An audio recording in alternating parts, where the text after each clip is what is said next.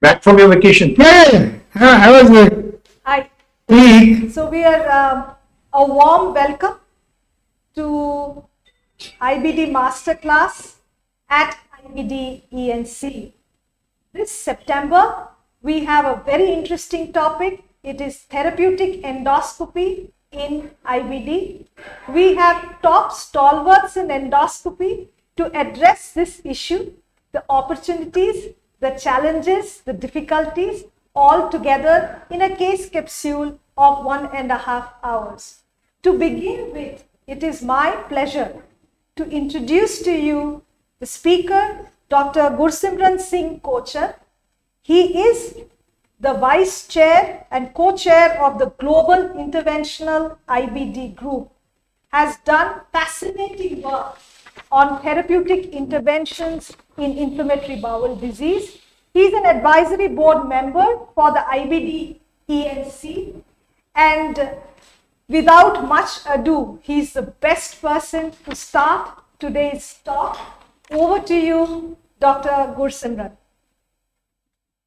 Thank you so much, Dr. Banerjee, for such a kind introduction, and thank you so much for inviting me to this, the presentation. I think it's a very timely topic. I hope all of you guys can see my slides. So the talk for me for today is endotherapy in Crohn's disease, the leaks and the blocks.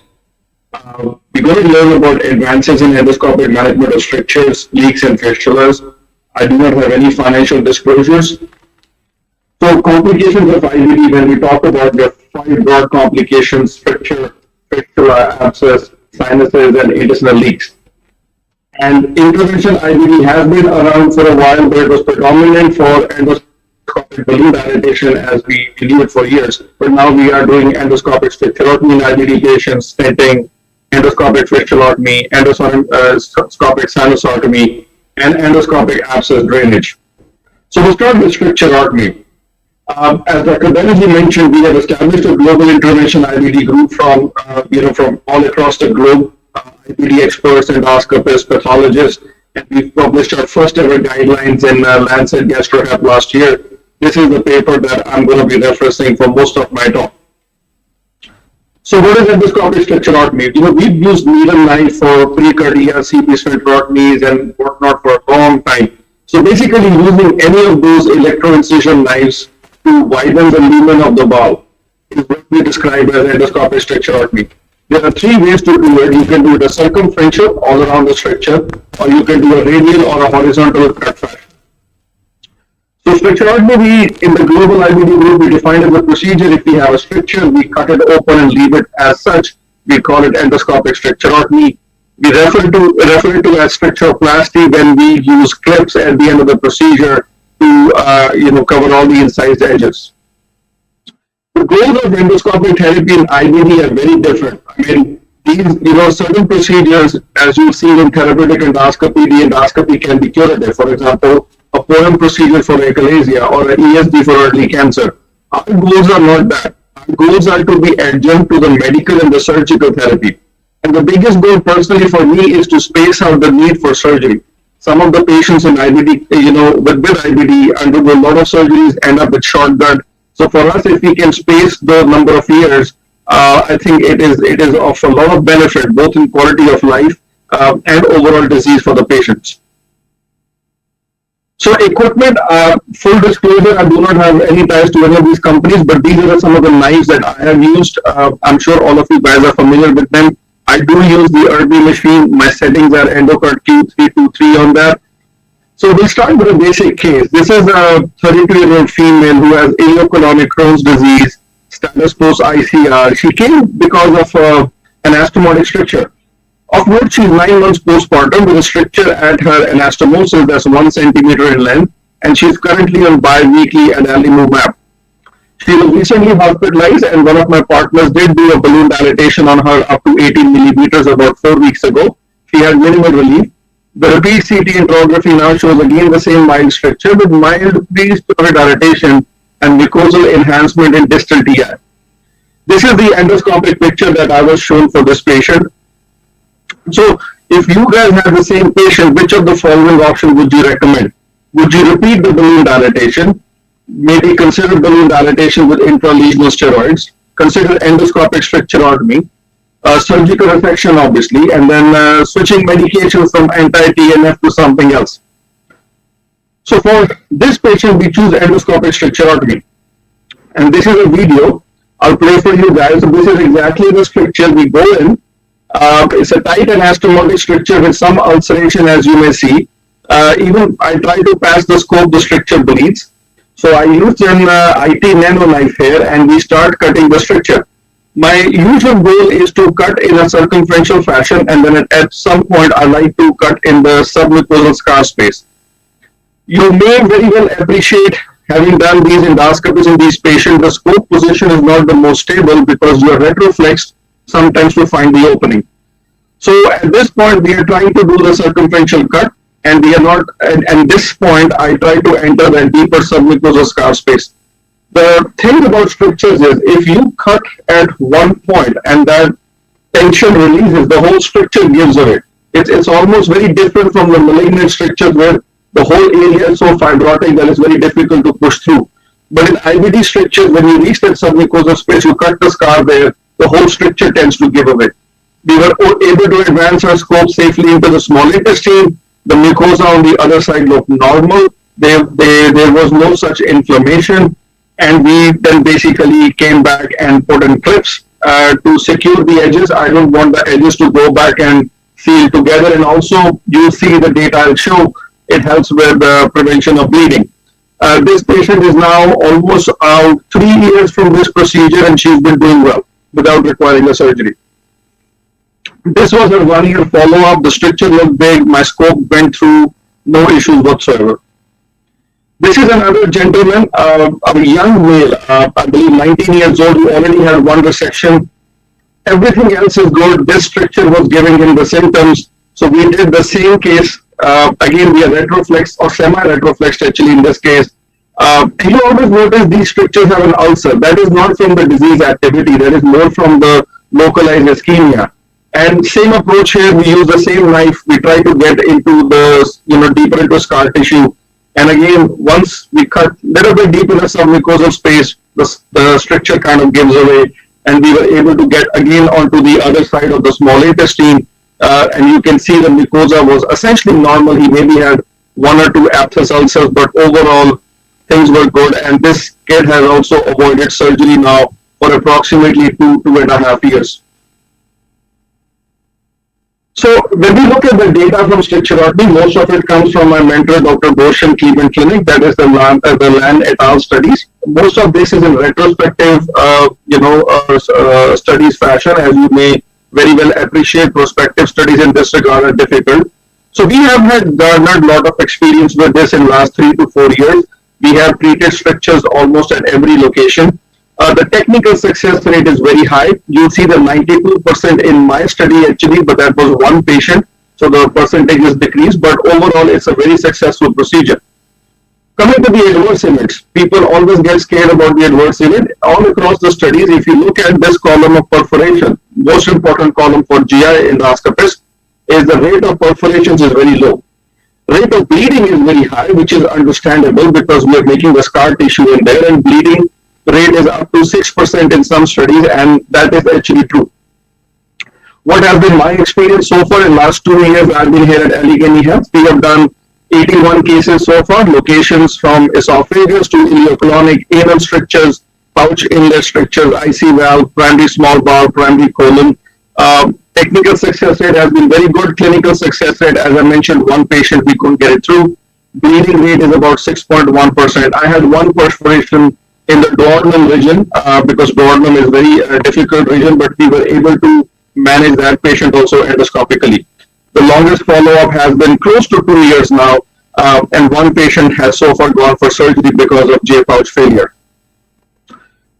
Advantages of stricturotomy, in my opinion, you preserve the bowel length, you have more control. So the balloon dilatation, when you expand the balloon, you're relying on your tech to tell how much resistance they have, and you're trying to guesstimate the strength the stricture can handle. But in this, you have a lot of control. You have the foot pedal with you, you have the knife in your hand, and you can control the cut, the depth of the cut, the amount of cut. There was one study I did show here that looked at ileocolonic resection and stricturotomy in these patients, and they had similar surgery-free survival. It is very good for anal strictures. I don't know how many patients you guys see who have anal strictures who are self-dilating. They have to self-dilate them every day. I'll show you this video, a patient in which whom EGD scope would not pass because of the anal stricture, very tight anal stricture. We did a stricturotomy. It's a female patient who has a J pouch and has PSA on top of it. So our only option was to get an ileostomy, which she didn't want.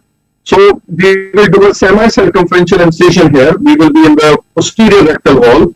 I avoid the interior rectal wall in female patients because that is in conjunction with the posterior vaginal wall, and that area is very sensitive to heat, and you don't want to give a rectal vaginal fistula there. So we chose the posterior wall. We do a semi-circumferential incision. The stricture opens up, and we were able to get to her pouch. Now, her pouch was so inflamed because of the outflow obstruction that she had some dysplasia in the pouch, and we had to treat that accordingly. I have scoped her since twice, and it has been 1.5 years. She has stopped self-dilating herself. She has no evacuation problem, and it looks very well actually. So it's very good for anal strictures. So can we combine the balloon dilatation? Obviously, yes. Balloon dilatation, I still use it not very commonly. This video I'll share here. It's again retroflex position, TI stricture. This is the spindle-shaped stricture in which the intestines keeps collapsing out. I was not getting a good position, and with this balm of the lumen of the small intestine cup keep coming in my way, I could get to the fibrotic scarred part. So I first got rid of this tissue because it was coming in my way, and then eventually I was able to make my way to the scarred part. As I was cutting it, I realized my position is not very stable. I do not have a very good control over this. So at this point, I decided to switch to balloon dilatation so that I can get inside the small intestine, and then on my way out, maybe do more cutting. So that's what we try to do here. And I like to see through the lumen of the balloon if possible. We were able to do that. And after dilating, I think up to 15 or 16.5, we were able to get along to the small intestine. In interest of time, I'll just move the video forward. And then we were able to get inside the small intestine. And once we were inside the small intestine, on my way out, I was able to do some more cutting. And eventually we were able to, open the stricture up. Now this patient did have inflammation. And as always, I use the clips in the end. This is another case. This is a primary IC valve stricture. This one patient came also with the obstructive symptoms. She had a primary IC valve stricture, very difficult to get through. I did not know what was behind the stricture, so I decided to dilate the stricture first. So we dilated the stricture up to 15. And after dilating it to 15, we were able to get across the stricture.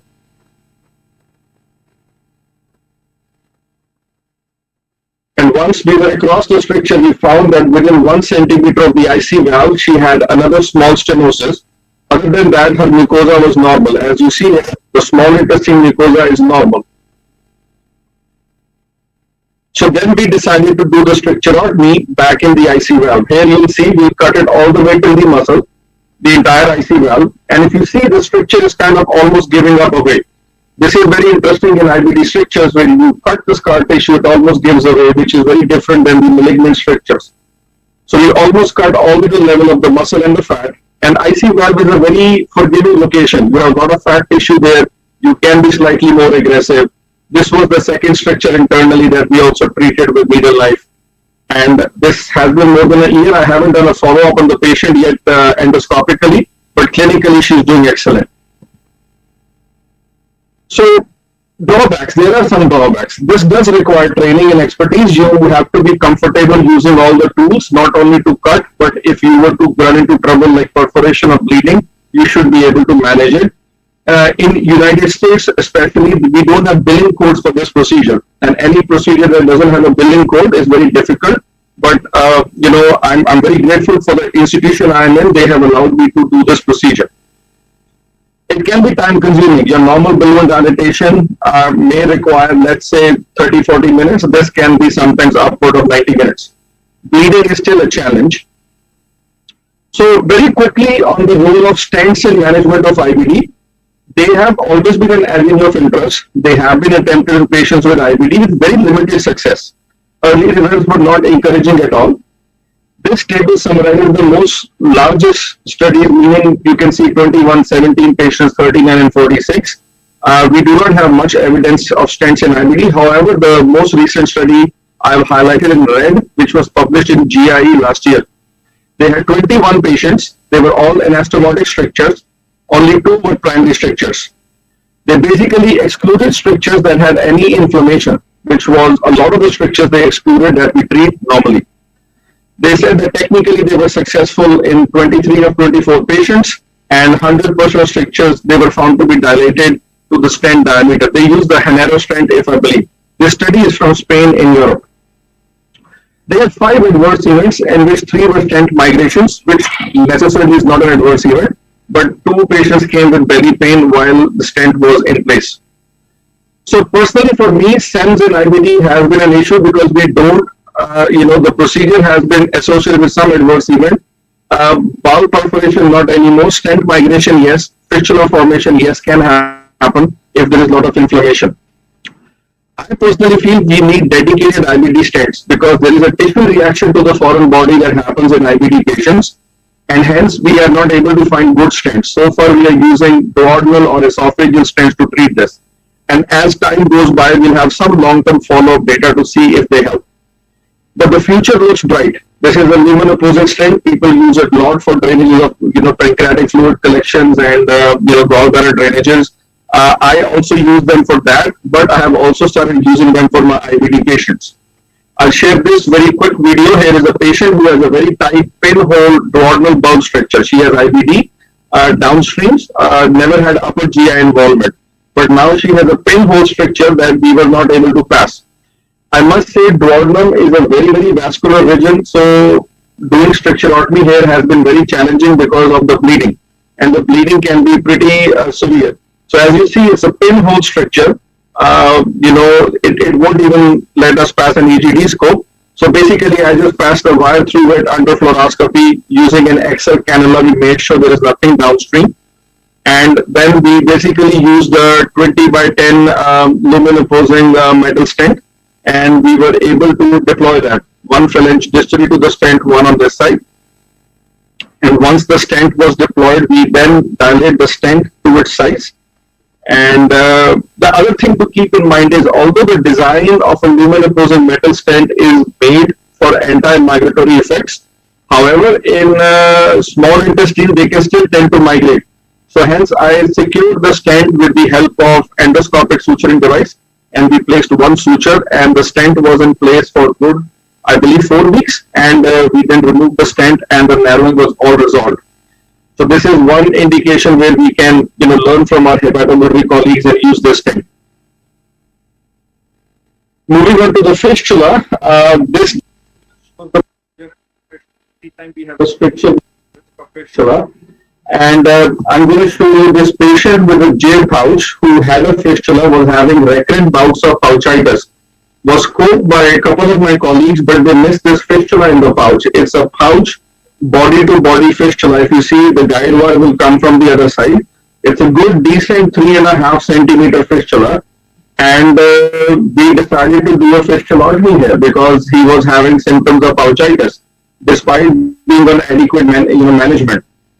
He had ulcers of the GI and he had ulcers as well. So again, we were able to incise the tract open.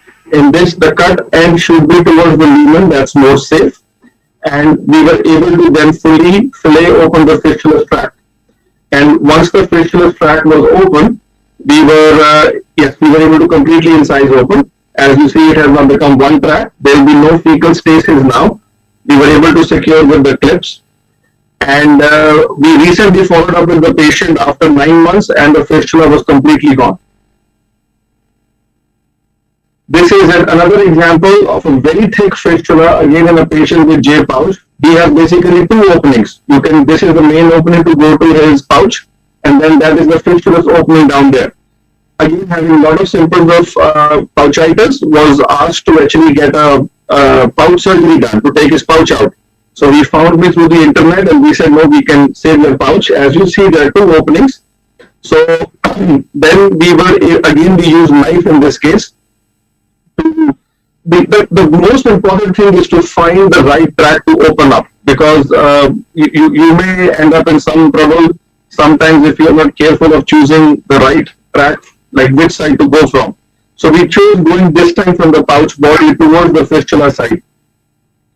I started cutting it. I soon realized that IT knife was not helping, so I used the needle knife, and I made a little rookie mistake. There are so many severe endoscopies here today, they'll see that I saw the blood came out, and I said, okay, it's going to stop, and I again did the mistake and cut in that area.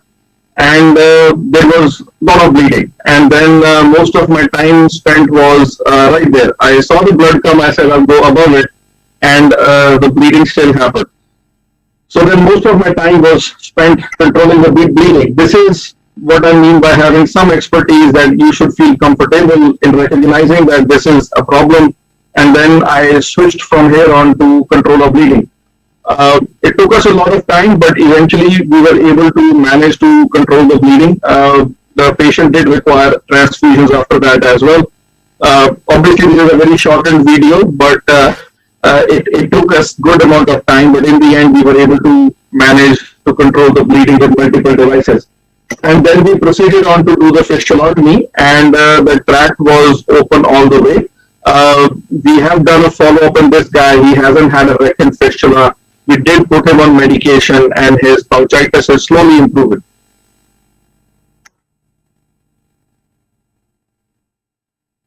We'll just continue cutting the tract. So again, in interest of time, I'll just forward this video a little bit here.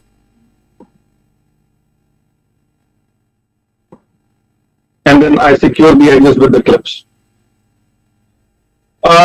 Can we place Setons? Yes, for fistulas which are perianal. This is actually a case I did in my fellowship with Dr. Boshen, and Dr. Shen is doing this case. I'm his assistant. But in this, we found the fistulous tract. We see the guide wire coming, and you see the pus coming out from the tract right there. And so we knew this is a fistula, so we decided to place a Seton. So we placed the guide wire across the fistula. That's all the pus coming out. And then we attach the Seton to the guide wire as shown here. And then we basically pull the guide wire with the Seton across.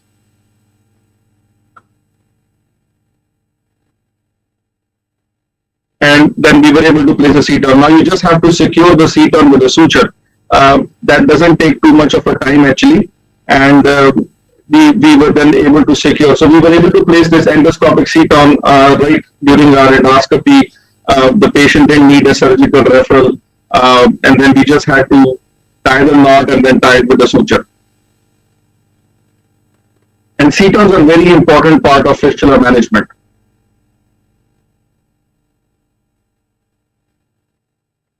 So for endoscopic fistulotomy, I published my paper in GI. We have experience with 29 patients. 26 had pouch-related fistula.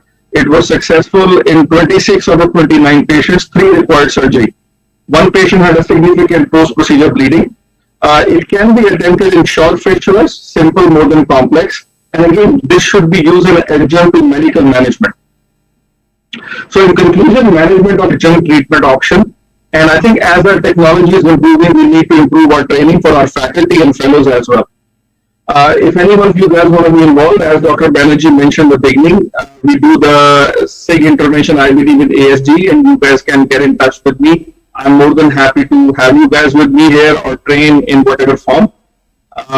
With that, I will end my presentation here. Thank you so much for the opportunity. Very good. Thank you, Dr. Gursimran. I think it was a fascinating talk covering all aspects of endotherapy of Crohn's disease. Your fistulotomy and Seton placement were really awesome. We will have the question answer session at the end of the session. We'd request you to please be with us even for the panel discussion. We'll quickly go over from Crohn's disease to ulcerative colitis, and for the therapeutic endoscopy in ulcerative colitis cases, we have another stalwart from Pune, Dr. Amol Bapaye. He's known to all of us. He's the Chief Department of Digestive Diseases and Endoscopy at the Dinanath Mangeshkar Hospital and Research Center. And we know him for being a leading figure, national and international, for therapeutic GI endoscopy. Over to you, Dr. Amol. Thank you, Dr. Rupa, for that kind introduction. And I'll also thank you so much for this kind invitation to speak on this topic. At the outset, I would like to make my disclosure that although I am an endoscopist, I don't consider myself as an expert in IBD. So my discussion will be probably more so to do with endoscopic resections and other things, and less about the IBD part of it, which of course we have an expert panel over here who can guide us about that. So we heard a lot about, from Dr. Kochhar about Crohn's disease, but let us go on to ulcerative colitis. And the learning objective today is basically to understand what is the risk of colorectal neoplasia or cancer in patients with ulcerative colitis. Also, some points about detection and classification of the dysplasia, and what we can do as endoscopic resections for colitis-associated dysplasia, either EMR or ESD, their outcomes in these patients, and also a little bit about post-endoscopic resection surveillance and recurrence. So we know that the risk of colitis-associated dysplasia or colorectal cancer in ulcerative colitis is quite significant. It is, colorectal cancer accounts for every sixth death in ulcerative colitis, and is basically the inflammation, dysplasia, and carcinoma sequence which goes on for this the pathophysiology is like this. The severity of the endoscopic and the histological inflammation determines the risk of dysplasia. That is what has been suggested, and the risk is higher whenever the disease duration is longer. Also, it is higher when in patients with extensive disease and with persistent inflammatory activity, and when patients have prior dysplasia or coexistent primary sclerosing cholangitis. Having said that, earlier reports, say till about 2007 or before 2007, reported an incidence of about 2 to 3% at 10 years, 7% at 20 years, and 7 to 14% at 25 years, and even up to 30% at 35 years. But recent reports in the last decade or so, we can see that this incidence is a little bit lower now, so which is around 1% at 10 years, 3% at 20 years, and 7% at 30 years. And we believe that improved imaging and also improved treatment of these dysplastic lesions endoscopically is responsible for this.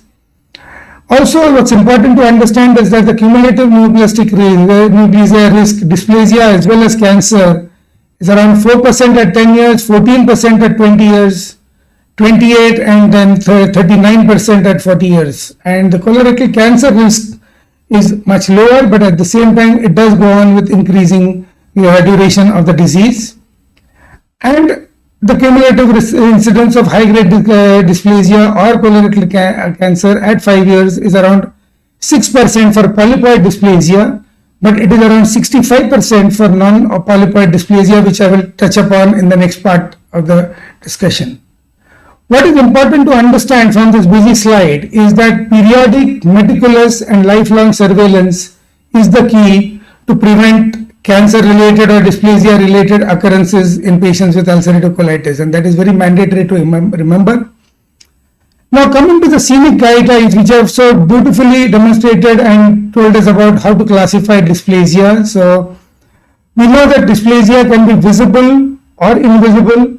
Visible is when we can perform targeted biopsies from a visible lesion that shows up dysplasia, and whereas invisible dysplasia is often identified on random biopsies and there is no visible lesion. Visible dysplasia can be further classified into polypoidal or non-polypoidal depending on how much it is protruding into the lumen. What is important to note is polypoidal dysplasia has a high risk of progression to high-grade dysplasia or cancer at 5 years of around 6%. But for the non-polypoidal, the risk is up to 65%. Polypoidal can further be classified according to the Paris classification as pedunculated or sessile, superficial, elevated, flat or depressed for the non-polypoidal. And there are further general descriptors which are important in the setting of ulcerative colitis, which are ulceration and description of the border, which is distinct or indistinct. What is important to understand is visible dysplasia can often be treated with endoscopic resection, and a point to be made about invisible dysplasia. Invisible dysplasia in the current scenario nowadays, it is being believed that most often the commonest reason why dysplasia is invisible is because the surveillance colonoscopy has not been performed properly, and very often these patients should be subjected to a re-evaluation to see whether the dysplastic areas can be identified, and then we treat them as visible dysplasia. But if not, then possibly surgery is the answer, colectomy is the answer for these patients. So how do we detect dysplasia and surveillance? So few pointers from the SCENIC guidelines again. White light examination and with high definition white light examination is usually preferred rather than standard definition, and chroma endoscopy is preferred over white light. What is important to note is in the era of digital imaging, where we are constantly using narrowband imaging or similar technologies, this is one area where probably chroma endoscopy scores over digital chroma endoscopy, so possibly we need to perform this more often. Some guiding principles about how surveillance colonoscopy should be performed. It should be performed by an expert endoscopist who has experience in IBD surveillance, high definition white light endoscopy also along with chroma endoscopy, and bowel preparation is the key. Again, unless bowel preparation is optimal, we're not going to be able to identify lesions. And two techniques of chroma endoscopy have been described, either a wide field spray, wherein during withdrawal the dye is sprayed on the entire mucosa, or a more targeted approach where specific lesions are identified on white light and then further interrogated using dye spray and chroma endoscopy. How do we manage these lesions which we have identified on surveillance? So endoscopic resection is recommended for both polypoidal or as well as non-polypoidal dysplasia whenever feasible, and I'll come to that point as to whenever feasible in some time. But once these have been tackled, then possibly these patients may require lifelong surveillance again. However, as I mentioned, invisible dysplasia, the first point to be done is referral to the endoscopist who has expertise in surveillance with chroma endoscopy, and if that fails, then possibly subject these patients to surgery. Coming to endoscopic resection for colitis related dysplasia, so there are certain mandatory prerequisites. The most important thing is that these patients, the ulcerative colitis should be quiescent, it should be in remission. So particularly in the area where the lesion is situated, it is mandatory that we have endoscopic remission, and also these patients should be in clinical remission and preferably endoscopic as well as histological remission in the entire bowel. For a dysplasia to be able to be resected endoscopically, all these criteria need to be fulfilled. It needs to have a distinct border so that we can ascertain the area to be resected. There should be no ulceration. There should be the non-lifting sign which of such a nature that it prevents any further submucosal dissection should be absent. So that means the lesion should be at least be partially liftable for us to be able to perform an endoscopic resection, and there should be absence of endoscopic features of invasive cancer. The endoscopist needs to be highly skilled in colorectal ESD, so colorectal ESD itself is a difficult procedure, and to perform these procedures in patients with ulcerative colitis requires further experience, and also one needs to be able to be committed to the surveillance that is required later on. The pathologist also needs to have expertise in the histological interpretation, and it also has to be, these treatments have to be in as a teamwork with an IBD physician who can do the peri-procedural management for the IBD, as well as we require an IBD surgeon who may require to be called in for any adverse event or in case that procedure becomes non-curative. Coming to predictors of deep submucosal invasion, because we know that whenever we perform endoscopic resection, these procedures are performed either EMR or ESD. They are performed for mucosal lesions with possibly limited submucosal invasion if at all. However, if there is deep submucosal invasion, then possibly the EMR and ESD cannot be performed and they are not going to be effective as well. However, in ulcerative colitis, cross signs like depression, overlying ulceration and failure to lift, all these three can be utilized, but what is most important to remember is all these predictors come with a pinch of salt. One has to be very careful in utilizing these predictors because there can be a lot of gray areas. Pit pattern assessment also is less accurate in patients with IBD, particularly if there is some background inflammation, and you can see that the incidence and the accuracy is much lower as compared to sporadic colorectal neoplasia, and the same thing applies for NBI patterns as well. For example, here I would like to demonstrate, this is how we will see the non-lifting sign in a sporadic colorectal adenoma, advanced adenoma with possibly focal submucosal invasion. Here we can see that there is an ulceration, and when we try to inject, the surrounding mucosa gets elevated, but the lesion itself does not elevate. However, in ulcerative colitis patients, the classic non-lifting sign may not be possible because even the surrounding mucosa is, because of submucosal inflammation, there may be limited lifting. So it is difficult to identify whether the lifting sign is positive or negative. And in this patient particularly, the final histology did demonstrate invasion. But on the contrary, for this kind of a lesion where lifting was practically impossible, the final histology just demonstrated low-grade dysplasia. So that was only because of inflammation and fibrosis. So these are the difficult areas that we have to ensure. Coming to EMR, the role of EMR, and let me tell you that the role of EMR has limited applicability when it comes to lesions in ulcerative colitis. That is predominantly because inflammatory submucosal fibrosis, as I mentioned, provides a limited or a non-lift at all, and the lesion is often adherent to the muscular propria layer and it needs to be dissected off the muscular propria layer. And because of this, en bloc resection is possible only for about lesions up to 10 millimeters, as compared to most sporadic adenomas where up to 20 millimeter lesions or even larger lesions, by using underwater EMR and other techniques, you may be able to get an en bloc resection.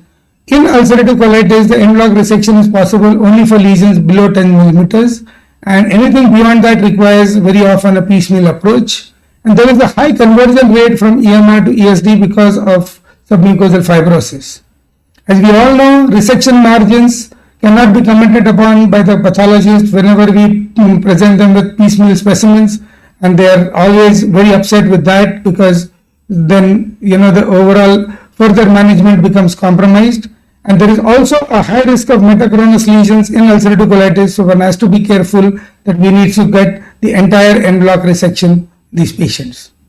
Coming to ESD, as I mentioned, definitely has a lot of technical challenges when we are performing it in patients with ulcerative colitis. One of the most important ones is that clear demarcation is often lacking, because of which we may have to mark, even do a surface marking in the colon. Dense submucosal fibrosis is practically the rule, which leads to limited lifting, and there is also thinning of the submucosa because of repeated fibrosis and inflammation, because of which the fluid cushion becomes compromised. Pre and intra-procedural identification of deep submucosal invasion can also be difficult or impossible, and therefore procedure times are typically much longer. Risk of perforation is also higher as compared to that in sporadic colorectal neoplasia, and management of perforations is difficult, it is risky. Particularly, closure can be difficult and the healing can be compromised, particularly if the patient is on immunosuppressive therapy, and also some of these patients may require an emergency diversion stoma or a colectomy if there is a major perforation. So keeping all these things in mind, if we have to perform ESD, these are the standard instrumentations that are required. Very often we will require the taper tip caps, which are the conical caps, because the submucosal space is very limited. As I mentioned, you all know these are my three preferred knives. And very often I would like to mention that we may require to use the hook knife for a sharp dissection to lift the lesion off from the submucosal layer, as you will see in some of the videos. Also very important is to note about these two particular types of knives, the hybrid knife and the dual knife with the jet function, because it is important to inject and cut with the same instrument, otherwise you may never finish the procedure because the procedure times will be indefinitely long. So this is one patient with ulcerative colitis. She was in remission, and this was a lesion at the splenic flexure. You can see that the surrounding mucosa is quite healthy, and we can see the demarcation quite well in this patient, but this is very often an exception rather than a rule. And we can also see that there is a good lift once we perform a submucosal injection. Now we perform the mucosal incision after achieving a good submucosal injection. Few important points: always use a colloid solution, and if possible also use hyaluronic acid, use a viscous solution. Saline is practically never going to stay and is going to be very difficult if you try to performing an ESD with saline in patients with ulcerative colitis. Now we are using a dual knife with the jet function over here, performing a mucosal incision about 5 to 7 millimeters around the margin of the lesion. You can immediately see that the submucosa is quite white. There is fibrosis. This is not how the normal submucosa would look in a patient with a sporadic colorectal adenoma. And there we can immediately see the muscle layer down here. Now we can start injecting. Another important point in while performing ESD in patients with ulcerative colitis is never perform a circumferential mucosal incision, because the fluid will only drain out faster. Always use a pocket technique or a tunneling technique so that you can retain the lift for much longer. Now we can see that we are the mucosal incision is being extended all around. Now once the majority of the dissection is completed, and now we can finally lift the lesion off from the muscle layer.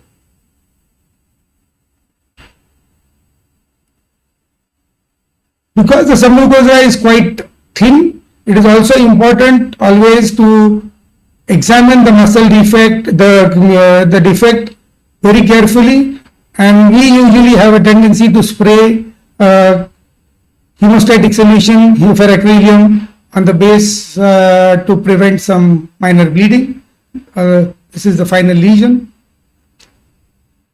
This is another lesion at a sessile polyp. The first one was a flat lesion. This is more of a sessile polyp with a J-net pattern. This is the rectosigmoid junction. And here very often the challenge is about the position, because in the rectosigmoid it's a very challenging position to perform ESD, because the lesion very often will not come face on. Again we perform a mucosal incision. Our preference for a submucosal injection is gelofuscin, because it is quite inexpensive. It is easily, readily available in all the pharmacies, in India at least, and it stays in the submucosal tissues for much longer. then saline. Hyaluronic acid, unfortunately, is not readily available in India. I don't know whether Mohan has access to hyaluronic acid, but we don't. And here we can see that the fibrosis is quite significant, but finally we can assess the layer structure and then we can perform the complete dissection. These white strands, it is important to differentiate between the white strands in the submucosa and the muscle layer. Now you can see over here at 10 o'clock is the muscle layer and the superficial part is the submucosal tissue. Coming to more challenging procedures, now this is a case that I would like to demonstrate. Now this patient took a long time to get into remission, and despite being in remission, we can see that the mucosa is not absolutely healthy, but he had this lesion for a long time and this was a solitary lesion, and so we decided that we should go ahead and perform an ESD. Here we can see that the margins are not very clearly visible, and that is the reason we need to perform a surface marking. This is a lesion in the sigmoid colon at around 30 centimeters. So we perform surface marking all around the lesion. And very often this is a rule that you will see that there is, when we start injecting, you will see that the lift is quite suboptimal. We do get a little bit of lift around, but we don't get a good lift all around. You can even see a jet sign, as you saw a little while ago, where there is a spray of fluid coming out that indicates some fibrosis. Again, we go on to perform the mucosal incision, and initially things are pretty okay.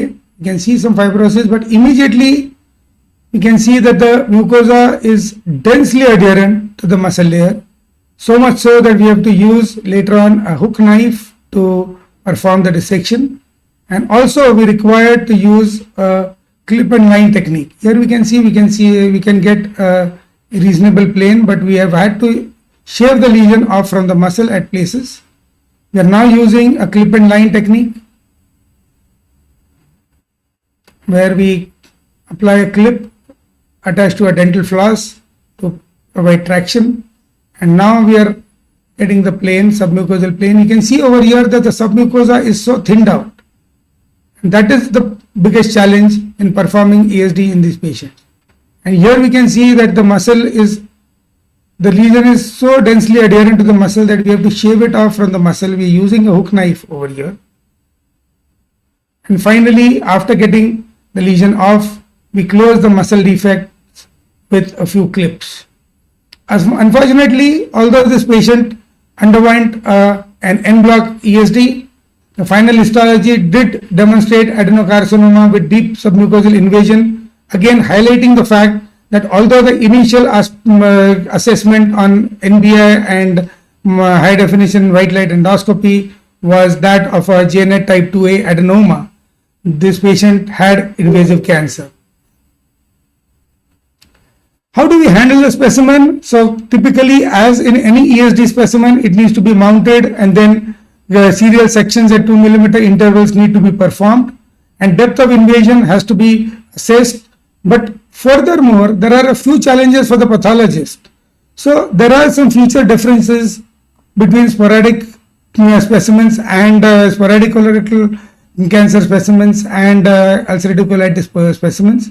Particularly, there is unclear delineation between the neoplastic and the non-neoplastic areas, variety in configuration, size and diameter of the neoplastic glands, increased infiltration of inflammatory cells in the lamina propria, and mixtures of dysplastic and non-dysplastic glands at the surface also. And there is also neoplastic proliferation from the base of the gland to the surface, making things very difficult to comment upon. And that's the reason we need a pathologist with expertise. What we need from the report is we need them to comment on the vertical margins, the lateral margins, and the depth of invasion, and also whether the resection has been an R0 or a curative resection based on the filtration. Adverse events for endoscopic resection, the pooled rates of bleeding and perforation have been documented to be around 2%. Coming to some of the data, so these are 4 studies on ESD which were published in this review and meta-analysis. So small number of patients, 15 lesions in 10 patients. Submucosal fibrosis was a rule except in Yang's study which was there in 2/3 of patients. The ESD time duration was much longer, as you can see.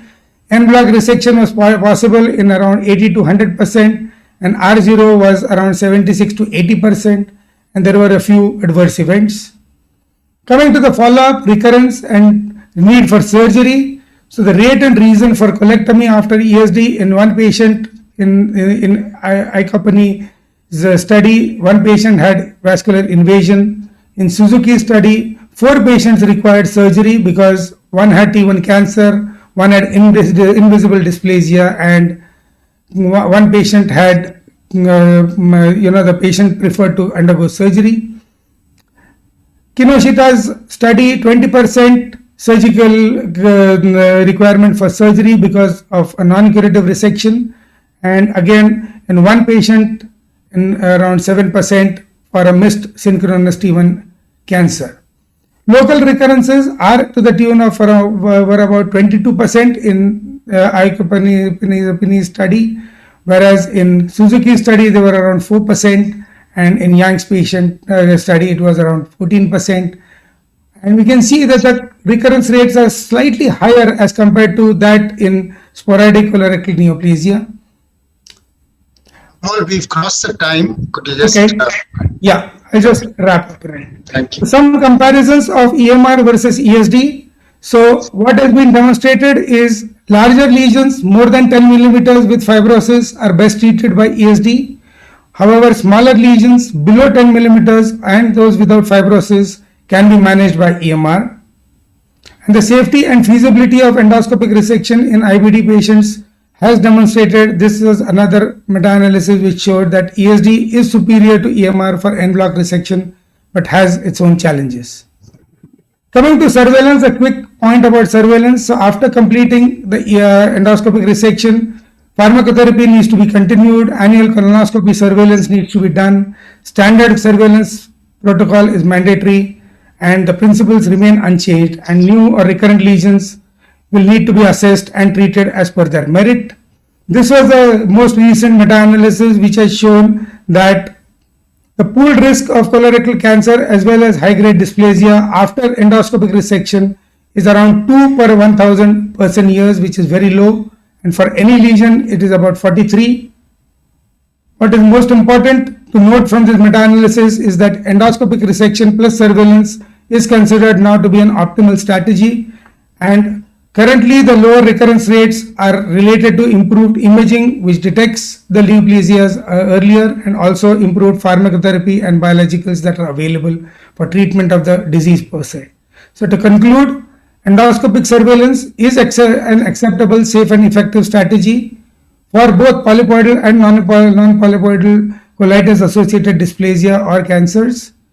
However, proper surveillance forms the cornerstone to detect these lesions, and we need to adhere to the SCENIC guidelines. Standard predictors of deep submucosal invasion have limited applicability in these patients, and therefore one has to be careful.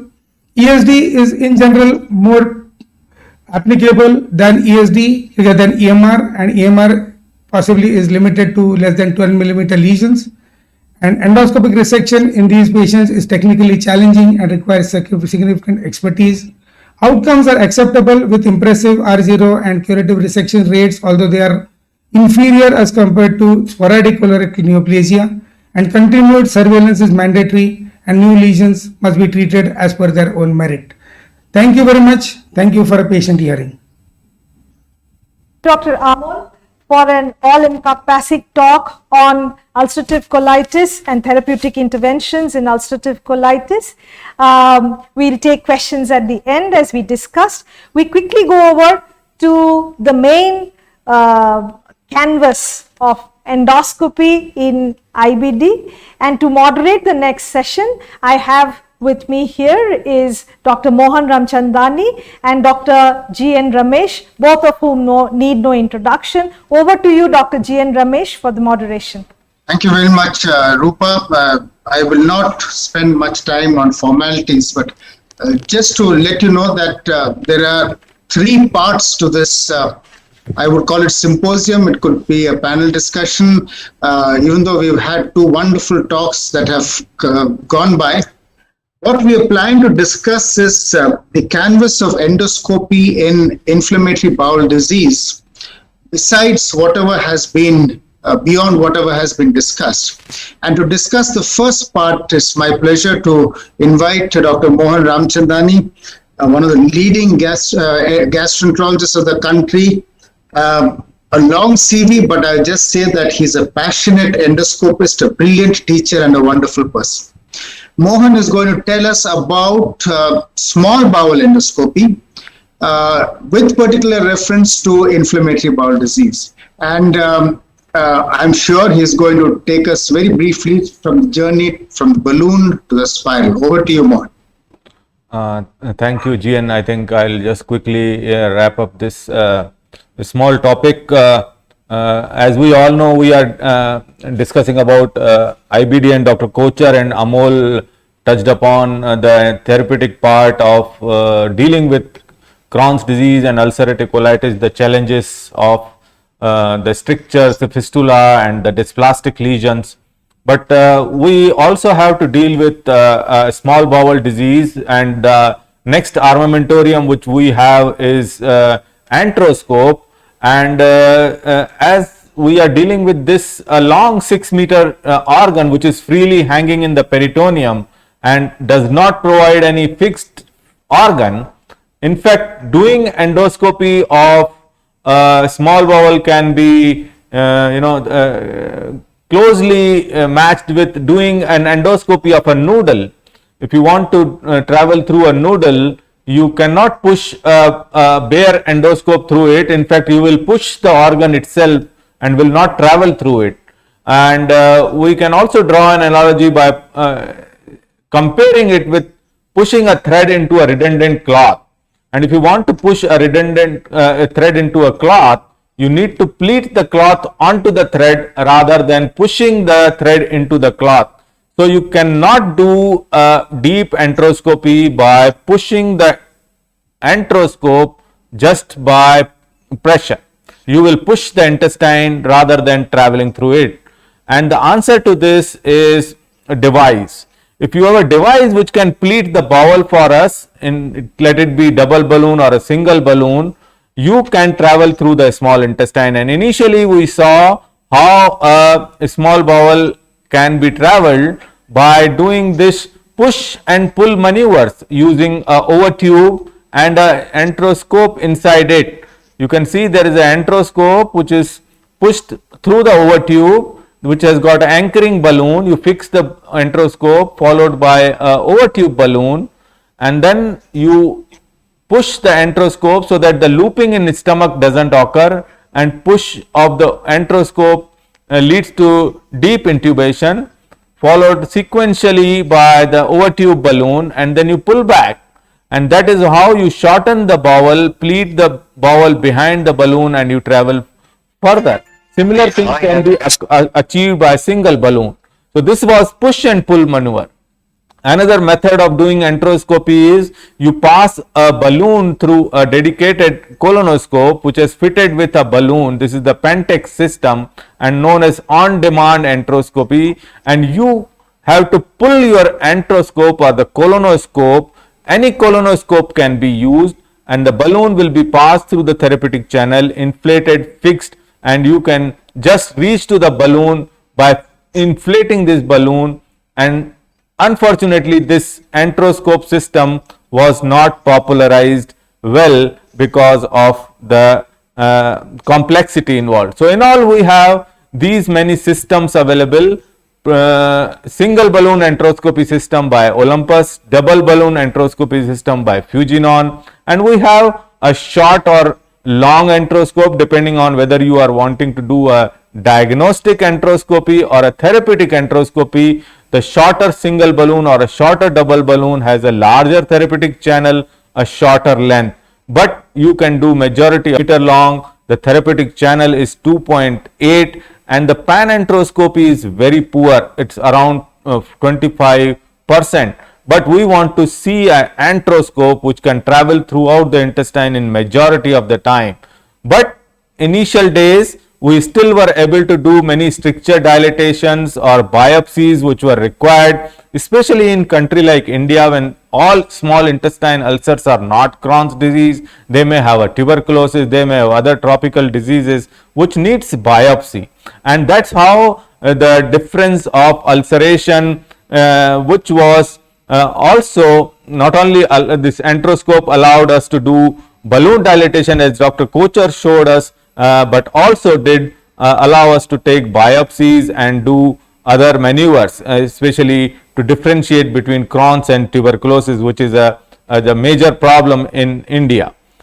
We also have data coming up for double balloon enteroscopy, which has got much better intubation rate as compared to single balloon enteroscopy, and the many meta-analyses have shown that double balloon enteroscopy is better than single balloon enteroscopy as far as panenteroscopy rate is concerned. However, the diagnostic yield remains same. Both these procedures are cumbersome. That's why we were looking for someone more simpler. And then came this manual spiral enteroscopy, which has got an overtube, and then overtube can be rotated. And here you can see a overtube which is not working on push and pull maneuver, but on manual rotation. You rotate the overtube and you pleat the bowel. Whole thing, as I told, bare enteroscopes are not going to work here. You need a overtube, and overtube is being rotated. It's pleating the bowel behind. So this system has brought two good things. One, that is quick, very quick. Within half an hour you can reach to the deep intestine. It is stable. It will not slip back. So in balloon assisted enteroscopy, as soon as you deflate the balloon, you will slip down and you may cause problem. Now, say for example, you are doing a balloon dilatation, you may lose your ground. But in spiral enteroscopy, it is fixed. So it brings a fixed platform, and second, it is quick. But still, it is very cumbersome. So now we have a Olympus which has come up to tackle all these issues. Now we have many drawbacks of balloon assisted enteroscopy. Longer scope, we require dedicated accessories. This scope, which is a motorized scope, which has got a motor on its proximal end, and it rotates this small overtube which is attached to the distal part, and hence this procedure becomes less cumbersome. Moreover, we have now a bigger therapeutic channel, 3.2 as compared to 2.8. We have an accessory water jet, which is very important. And as we saw Dr. Kochhar performing stricturoplasty, lot of bleeding was occurring. And if you have a dedicated accessory water channel, your bleeding problem will come down significantly, because you have a spray happening beside your therapeutic channel and you can stop the bleeding very quickly. Moreover, your panenteroscopy rate is very, very fast. You can do whole enteroscopy within half an hour. You can see in this patient, we are doing enteroscopy, which is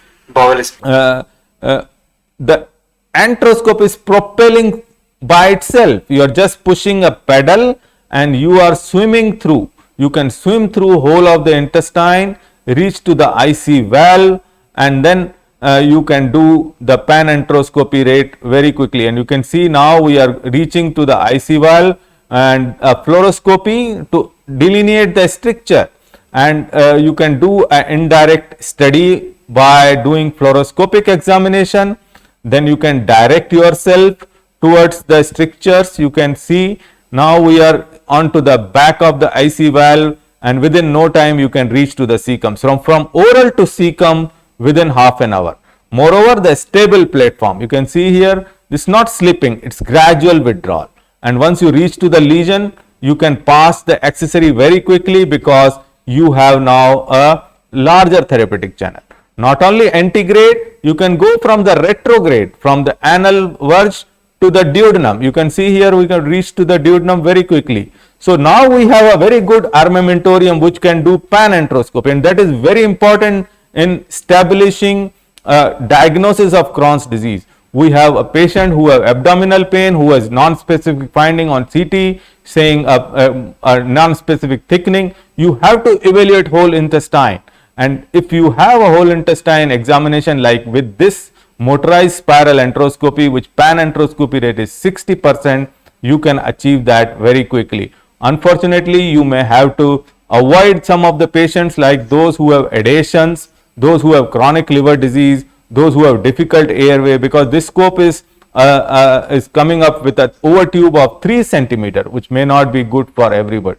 So a patient whom you can do pan enteroscopy, you can define ulceration. Like in India, we have Crohn's disease, tuberculosis, cryptogenic multifocal ulcerostenosing enteritis, non-specific inflammation, NSAID. So these ulcers have different morphology, different biopsy finding. I know they're not diagnostic, but you can still zero down to many of these ulcer to one particular etiology. Moreover, it changes the management. Once you are able to do pan enteroscopy, you can have enteroscopy indicated in known Crohn's disease, where you want to see the mucosal healing, you want to see the recurrence, you can want to interrogate non-specific findings seen on capsule endoscopy or imaging. You can have a clear-cut diagnosis. Even in suspected Crohn's disease, you can have a definite diagnosis, like new Crohn's disease diagnosed. You can exclude Crohn's disease. You can have another diagnosis like NSAID.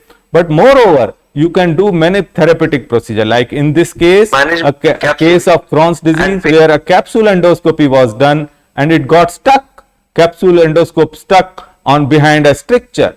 And as Dr. Gursimran showed us, you can do similar balloon dilatations of a small bowel intestinal strictures, because now you have a armamentarium which allows you to pass a balloon very easily. You can see a stricture over there. You can have a stricture number 1, stricture number 2, and a capsule stuck behind that. And this is the balloon which is going through this stricture. You dilate this stricture, and then again we have still not used the stricturoplasty using this. But after seeing Dr. Kochhar's presentation, I am really tempted to do stricturoplasty even in isolated membrane-like strictures in small bowel, because we have a very good control now, and we still feel that these strictures can be dilated with balloon. But as Dr. Gursimran showed us, stricturoplasty may be a better option, and we may think about doing some certain studies on the role of stricturoplasty in small bowel also. So with this, I think I'll end my talk, because we have crossed the time. But as I shown, we have developed a lot from balloon assisted enteroscopy, the longer scope, the narrow therapeutic channel, or now progress to shorter scope, a larger therapeutic channel, more stable platform, more better pan enteroscopy rate, and we are ready with all these new armamentarium to tackle the problems of Crohn's related stricture in small intestine. And I thank Rupa and Jayanthi for giving me this wonderful opportunity. I think we'll carry on with this discussion further, and I hand over again to Dr. G and Ramesh. Thank you very much, Mohan. Absolutely fascinating. The things now appear to be so very simple, much simpler than what it was before. Now, one of the biggest challenges, of course, is separating the IBD from the mimickers. It is a challenge because, our differential diagnosis is quite enormous. There's so many differential diagnoses to be ruled out. We have Professor Ida Hilmi, and she's a leading name from Malaysia, and she's a huge well-wisher of IBDENC. Thank you very much, Ida Hilmi, for having agreed to come for this panel. And she is going to tell us about the IBD mimickers. Over to you, Professor Ida. Thank you, Dr. Ramesh, always for the kind introduction. And I always feel like I'm, partly a part of the Indian IBD and the gastroenterology network, not just IBD actually, but I also deal with Amol as well in terms of US and so on. I really have to congratulate the previous speakers. They were all such fantastic talks. And I actually thought I was going to sit back and just go through some cases that were going to be put to me. So I didn't really, put in too much.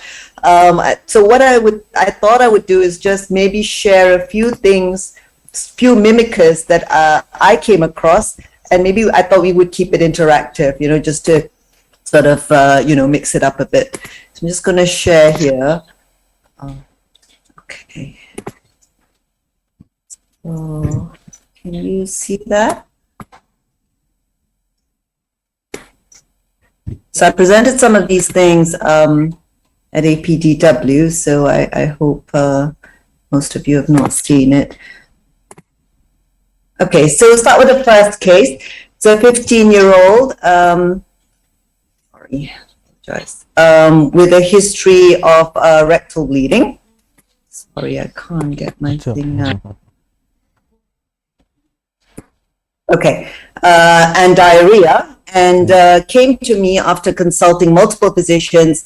She has been treated with mesalazine, but I think probably a course of steroids as well. The biopsies that were done in private showed, inflammation or non-specific colitis. So I just wanted to ask this is this is Dr. Goenka. Oh, hello. So, hi, how are you? Yeah, hi. I think in a 15-year-old girl presenting like this, though the picture is not very classical, but I would keep a solitary rectal ulcer syndrome as one of the differential diagnoses. And for our country, I think tuberculosis still can be a mimicker. So why would you say solitary rectal ulcer syndrome, Professor Goenka?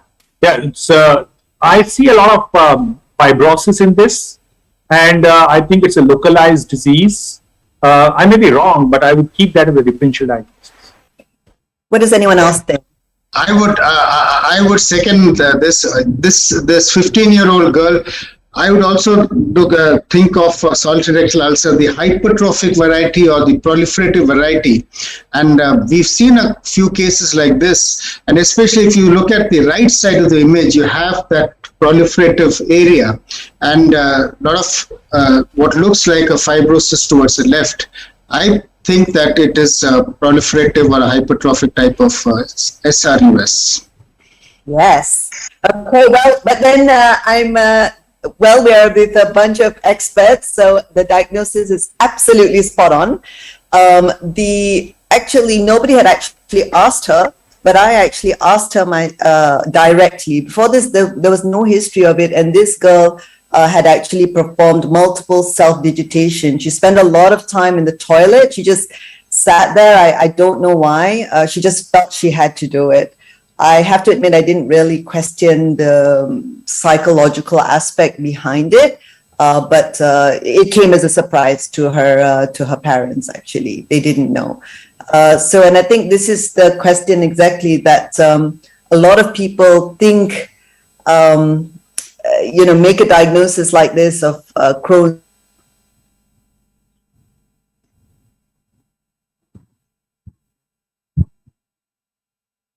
Did we lose her? Have you lost her, Professor Ida? I think if... So while Ida comes back, Ramesh, yeah, I think we... in our country, I think this is a very, very common diagnosis. I think we have had cases where malignancies were suspected. It was not proven. The surgeon thought that it's a sampling error. But ultimately, some of the major surgeries could be avoided once we start thinking about this diagnosis. Yes, exactly. Biopsy is very classical in these cases where we can see a lot of muscular mucosa being splayed onto the submucosa, So that makes a lot of difference. And also, and Mohan, even taking a biopsy is very difficult sometimes. So you try to take a biopsy and nothing comes out because it's so much of fibrosis there. Yeah, that's a problem with the SRUS.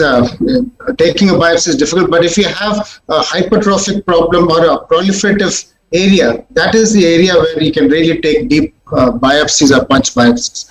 I think this is our DM teaching, Ramesh, and I must emphasize that SURS may not be single, may not be in the rectum, and may not be maybe multiple. It's total mismatch. Okay. So let's move on with the discussion. Yeah, Ida is back. So sorry. It had to be when I was on. Yeah. Okay. So yeah, it would be. What's the general treatment for this though? They're very difficult. Yeah, I thought I'd ask that as well. I mean, Dr. Goenka, what do you think would be the best treatment? Because I think somebody who is that we need to train them. This is anorectal manometry issues, motility issues. And I think the finger evacuation is not the cause. I mean, digitalization is not the cause. It's the effect of the abnormality. So we need to train them not to put the finger. But at the same time, if there's somebody who is presenting with bleeding per rectum, I think the main modality of treatment is argon plasma coagulation. So we do a lot of argon plasma coagulation in these patients.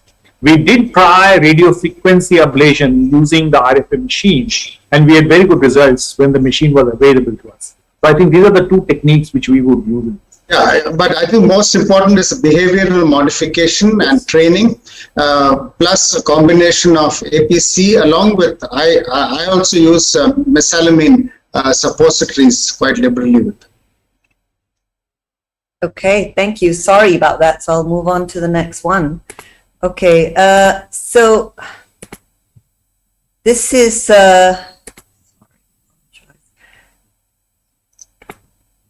So this is a 63-year-old man who was previously fit and well, and he presented with a 6-month history of bloody diarrhea and significant weight loss. Okay, so he was also diagnosed as Crohn's disease in a private hospital, but he was started on steroids and there was no response.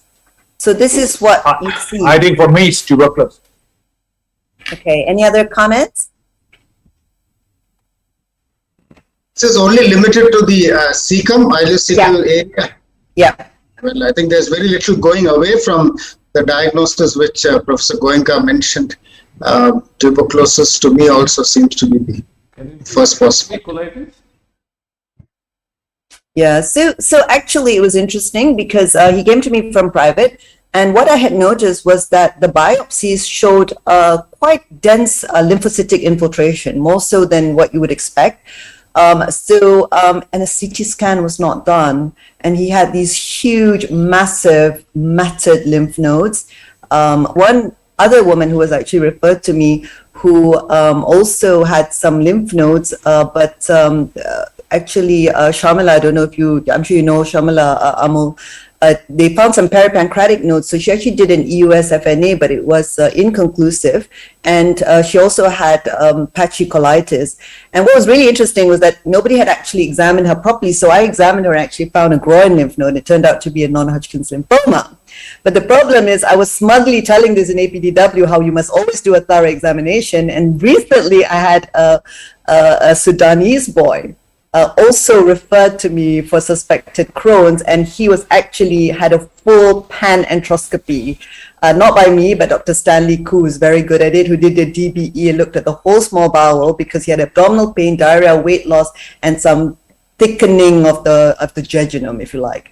And guess what? Again, the CT scan this time showed a little bit of lymphadenopathy, but it was non-specific, and I actually realized when I examined him, which I only did after the panenteroscopy, that he had a supraclavicular lymph node.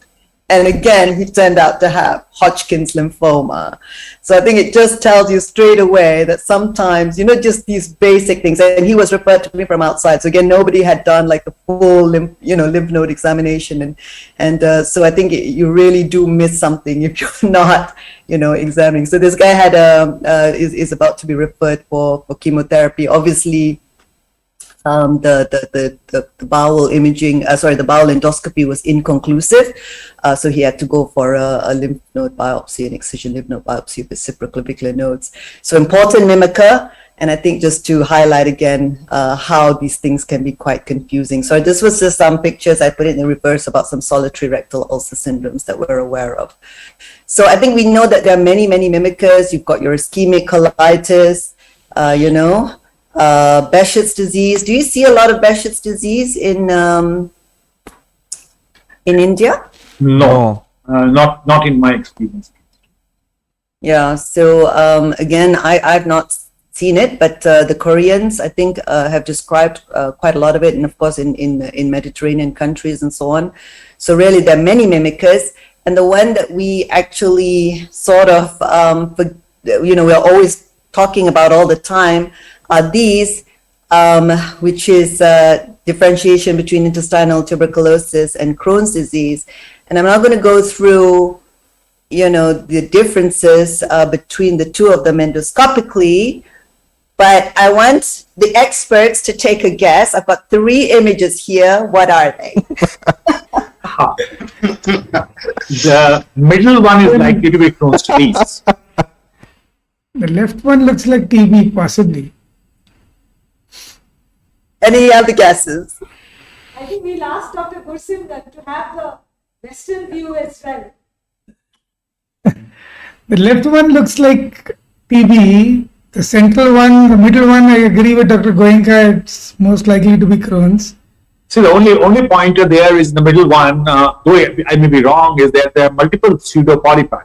Right. We see that less commonly in tuberculosis. I won't say that we don't see it, but any pseudopolypi present, we would usually think more of an inflammatory bowel disease rather than tuberculosis. But I may be wrong. Rupa, what do you think? I think the left one is Crohn's, tuberculosis. The middle one and the right one are both Crohn's disease. Yeah, the right one looks more Crohn's to me. Right. So this is the thing. If I had to take a guess, I would also say the right one is Crohn's, middle TB, and left looks like a bad UC. We have just all possibilities. Okay. All possibilities. Are these images from the same patient? No. This is Dr. Ida reminding me. This is Dr. Ida reminding me how I took my PGI MD entrance before coming to US. Multiple choice question, no clue. Let me go with B first and C first and D first. Yeah, absolutely. So I mean, I think we all know, as I said before, the endoscopic criteria, and the truth of the matter is, I'll show you. So on the left, the extreme left, this is a classic case of Crohn's disease, actually. So this man was treated with vedolizumab, this young man, and actually achieved endoscopic healing. And in a sense, it's not untypical of Crohn's because there is cobblestoning and there's the longitudinal ulcers and so on and so forth. The second case in the middle is actually a tuberculosis case. She was a woman who was diagnosed with as actually Crohn's disease, started with mesalazine, and actually she was subsequently, when I saw this ulcer, I took lots of biopsies, and the AFB was negative, but the culture turned out to be positive for TB. So again, it's not circumferential, but it's a transverse ulcer close to the ileocecal valve. Yes, there is cobblestone, but you can imagine how difficult it is. But then the image on the extreme right, which I think is very similar to the left one, is actually a classic case of tuberculosis. So I think it really highlights, again, when it comes to these mimickers, you can come up with as many criteria as possible, but it's just extremely difficult to tell them apart endoscopically. I'm glad that even the experts, are not that sure with these things. Do you want to comment on that? I think, Ida, even Mohan, even with the continuous images, I think in a given case, you cannot put your money on any of the two possibilities. It's very, very difficult. And I must tell you that biopsy also doesn't always help us. Yeah. I think biopsy and also the history. We see a lot of cases coming with low-grade fever in the evenings, and I think it is very important that when there is a fever, particularly in the Asian context, tuberculosis should be given a priority when everything else is inconclusive. I think one comment I would like to make, Rupa, here is that I think Ramesh mentioned about the possibility of amoebic colitis in one of the patients. I think over the last 20 years, we have understood to recognize the amoebic colitis. There is not exudation in those. There is a little bit of yellowish ulceration in those cases, and they look entirely different from either tuberculosis or Crohn's. I just wanted to ask Dr. Mahesh and everyone on the panel, do you think amoebic colitis now is very common? Do we see a lot of amoebic colitis? No, it is not. But we do find amoebic colitis. I would say it is less common than inflammatory bowel disease, but this is some diagnosis which we must not miss. And I think taking a sample from there, putting it in a slide, and crushing it and looking for Entamoeba histolytica is in line in some of the cases. But I would say that the picture is often classical, and you don't miss that finding of a yellowish exudates limited to the right colon in the cecum area. Very often it is now what the form that we see is a partially treated amoebic colitis. So obviously the classic features are not very common. But to be honest, it's been quite a while since I saw a patient with amoebic colitis. I've not seen one as far as I know, actually. It's quite interesting. It's not to our knowledge. Okay, so I'll maybe end with the last very quick case. 67-year-old, this one I literally also just managed, ulcerative colitis. She didn't want azathioprine. She has a daughter who's a doctor. So I gave her vedolizumab. She's been on it for over a year now. She was actually doing okay. But she just, I think it started in July when she just started having very bad flare, 20 times a day with bleeding. I decreased her frequency of vedo to 4 weekly, and I gave her steroids, first cortisone, then steroids, and it didn't work. So what do you think of this endoscopic finding? I mean, I would say it's typical of UC. Would you agree? Yep. Yeah. Yes. Okay. CMV. Only thing is that I was coming to that I would like to take a sample for CMV. Yeah, so I took a sample for CMV, and I also sent the usual stool for C. diff, toxin, and so on, and it was negative. And the thing is, they were negative. The CMV was negative. The C. diff was negative. The stool was otherwise negative, and I treated her with intravenous steroids. But because she had a bit of fever, I also had given her very shortly a bit of metronidazole and ciprofloxacin. She got better. I discharged her. And then the daughter calls me and says that she had very severe, again, once I stopped the antibiotics, but just put her on tapering steroids, she had diarrhea again 20 times a day. So I I asked her to repeat the C. diff, and it was positive for C. diff toxin. And I think what's interesting is that you can see it's not really typical of a pseudomembranous colitis, I guess. And so I didn't really have messages because, of course, it's not just IBD versus infection. Sometimes you can get a bit of both. And then sometimes just one test is not enough. So really the mimicus is not just endoscopy alone. We all know the differences between ulcerative and acute self-limiting colitis. But if you look at some of the other colitis, like ischemic colitis, these ones tend to be quite specific. But if you look at chronic ischemia, you still get your crypt distortions, very similar. You could still see these crypt changes, basal plasmacytosis, and diverticular disease. So even that is not, even histology may not give you the answer 100%. So it really is a combination of a lot of things, and it may be very difficult, these mimicas. And even for me, I still get surprised all the time. So I think if you take home messages... sorry, anything? No, I was just going to add one more thing here, Dr. Ida. This is Gursimran here. Especially patients on Entyvio, especially elderly, 65 and above, we do see a lot of enteric infections in them that come out of nowhere. We actually published, I published a paper on this 3 years ago. The results were not statistically significant, but for some reason, I've had patients here, especially in the US, coming back to us with, Shiga toxin positive diarrhea, 67 on Entyvio. So Entyvio does mask enteric infections, especially once they finish their first six months of treatment. And I think that always remains a concern, and this patient came with C. diff. So I think that's always a point to keep in mind with Entyvio. Absolutely. Yeah, that's right. because you're not worried about all the other stuff, but this is a classic case of Entyvio probably predisposing her to C. diff and ulcerative colitis as well, of course. So I think my few take-home messages. I think we've had a long night. I think we all know that not all inflammation of the bowel is IBD and infection. There's so many mimics out there. We often forget a good history and examination. I presented a case of a married man who actually turned out to also was bisexual, also went to some male prostitutes and had classic, also treated as ulcerative colitis, turned out to be CMV colitis from HIV. So, these things happen all the time. And I think unless we are really taking the correct history, we can lose it. Infection and IBD are not mutually exclusive. And I think these are some of the things, that stool for microscopy and culture, like this case, the first reading was not positive. You should be repeating it again, especially if you've got a high index of suspicion. I tend to do scans a lot, I have to say, because just an overall scan, sometimes, that lung lesion here or the lymph node here can tell me a lot. If you're going to do IGRA and TSTs, a lot of the times when they come to me, they're already on high dose of steroids. So it makes it very difficult, because then you're likely to get false positive. So do all these tests before, and take ample biopsies. And I think I'll just stop there. Thank you so much. Thank you very much, Dr. Ida.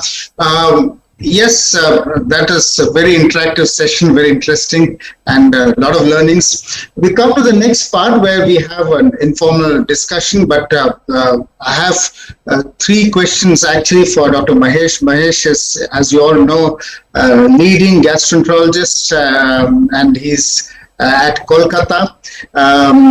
Mahesh, your vast experience, Mohan painted a very rosy picture about enteroscopy. Do you think it is as simple as that, or does IBD pose a challenge to a separate set of challenges to the endoscopist? I think our canvas today was to talk about therapeutic endoscopy, but if I address to your question, I'm talking back about the endoscopy and diagnosis. I think that remains a challenge unless you have a very classical picture of IBD. Whether we talk of Crohn's disease, predominantly when we're talking about Crohn's disease, I think differential diagnosis is still very, very difficult sometimes in the setting of NSAID. If somebody is taking NSAID, then the differentiating tuberculosis. Whatever theoretically we talk about is the pattern of the ulcerations and all the findings which we talked about. I think in a given case, differentiating tuberculosis from Crohn's disease still remains a challenge. I think we have advanced quite a bit in the last 10 to 15 years with easy enteroscopy, as Mohan rightly demonstrated. But still there are dark areas. Sometimes when you do not have motorized spiral, and we have all started learning about it, we may have to do 2 enteroscopy, one from the antegrade and one from the retrograde route, to actually map and characterize the disease. I think diagnosis remains a challenge. So far as a therapeutic part is concerned, I think it has all been said in the last one and a half hours, and we have understood the challenges. But if you want, we can have a discussion again. No, I would like you to actually address the younger gastroenterologist, lymphatic stricture and an inflammatory stricture. And that should be an exercise that has to be gone through before you decide on what is to be done for a stricture. Number 2, which are the strictures you will not dilate? And that is, I think, a very important thing which the young gastroenterologist should remember. I think let me answer the second question first. It's a difficult answer. I don't think we have clear guideline. I would be a little worried if I have to dilate a stricture which is ulceration. Dr. Kochhar talked about some of the ulcers being because of not because of inflammation, but because of the ischemia. But I'm little little hesitant if I have to dilate an ulcer, a stricture which has significant ulceration over it. So one is a predominantly ulcerative lesion, whether there is associated fibrosis or not, I'll be a little reluctant to dilate. Number 2 would be the length of the stricture. I think length is very important. Usually a stricture which is longer than 3 or 4 centimeters, I would not want to dilate. Multiple strictures, I don't mind dilating, but they should be, if they are too close to one another, knowing the natural history of these strictures, that even after dilatation, chance of recurrence is very high. And if the patient is young and the strictures are all close to one another, I may opt for a surgery from patient's perspective rather than going on dilating them again and again. Of course, if the strictures are too far away from one another and if they are multiple, I don't mind dilating them. But if they are in a localized area, multiple strictures, I would give it to the surgical colleague rather than me. And if there is a fistula which is close to the stricture, I will not dilate. So these are some of the areas where I have a concern. We must understand, and Dr. Kochhar brought this out very well, that compared to the other situations, the strictures dilatation in IBD is a different ball game. It is a significant proportion of them will come back in spite of everything, and you may have to dilate them again and again. And I was very, very pleasantly surprised with the data which is presented on stricturoplasty. I think this is a technique which we are not practicing in IBD. We have done that sometimes in corrosive strictures, but I think this is something which looks very, very interesting, that you cut the stricture on the various aspects. I think this is interesting. The intralesional steroid which he talked about, and I suppose there are some data about intralesional biologics being used in these patients. So I think I would also like to hear from Dr. Kochhar his results with intralesional steroids, and has he ever used biologics? And also the recurrence rate after stricturotomy. That is something that a question that was put up on the chat box. Over to you, Dr. Kochhar. Yes, no, I think Dr. Goenka covered all the points excellently well. We actually addressed all these points one by one in our guideline paper as well. So for me also personally, if there is a fistula in the region of the strictural abscess, that's an absolute contraindication for dilatation or even stricturotomy, to be honest. So the pathway that I follow in my practice currently for strictures is this. So almost all of my patients, and I think that might be something challenging in India to do, but almost all of my patients have a CT enterography or an MR enterography prior to the procedure. So I get a lay of the land as to how the stricture is. Any stricture that's less than 3 centimeters in length, those are the strictures I'm targeting for stricturotomy, because those are easy to manage. I can cut the strictures. Between 3 to 5 or 1 to 5, if the stricture is longer, then I'm favoring balloon more over the stricturotomy. So then I'm able to dilate, get across, and then make an assessment. Honestly, if the stricture is longer than 5 centimeters, then I think we are wasting our time and the patient's time. Those are the patients that should go to surgery first and then come to us. I've always maintained one thing, that surgery is never the last resort in IBD patients. Sometimes it's actually beneficial for them to undergo a surgery, reset their immune thermostat, and then come to us for medications and endoscopy. The other important point to consider is, if you have pre-stenotic dilatation on the imaging that is significant, meaning 5 centimeters or more, and Dr. David Bruning from Mayo Rochester has published a lot of data on this. If you have pre-stenotic dilatation more than 5 centimeters before the stricture, even if we dilate those patients to 18 millimeter or something, they will require surgery. So that's another indication to me. I talk to my patient, listen, you are malnourished, you are not eating, I can dilate you, maybe you can get some ensure, some boost down, but you need surgery. So you better see a surgeon and then do the procedure. So that is the protocol that I follow in my current clinical practice. In regards to the recurrent rates of the stricture, so again, most of our data is based on retrospective studies. It is still very nascent, and it might be biased, because you have to realize most of the studies are done by me and Dr. Shen, and Dr. Shen taught me. So we are not seeing that high recurrence rate. So in my own AHN experience, out of the 81 patients I've done, I think the repeat stricturotomy I have performed in 1/3 of the patients. And most of the times, even that is the case, because they are there and I see the stricture is there. I don't want to call them back in 1 year. I'll recut the stricture open just to buy them more time. But the paper published by Dr. Shen, which was, I believe, in GIE in 2019, they specifically looked at ileocolonic resections and compared it to endoscopic stricturotomy for anastomotic strictures with the patients. And they found that at least up to 3 years, they had a Kaplan-Meier curve. Up to 3 years, they found no difference in the requirement of surgery or procedure. And the post-procedure complications were much less with stricturotomy compared to ICR.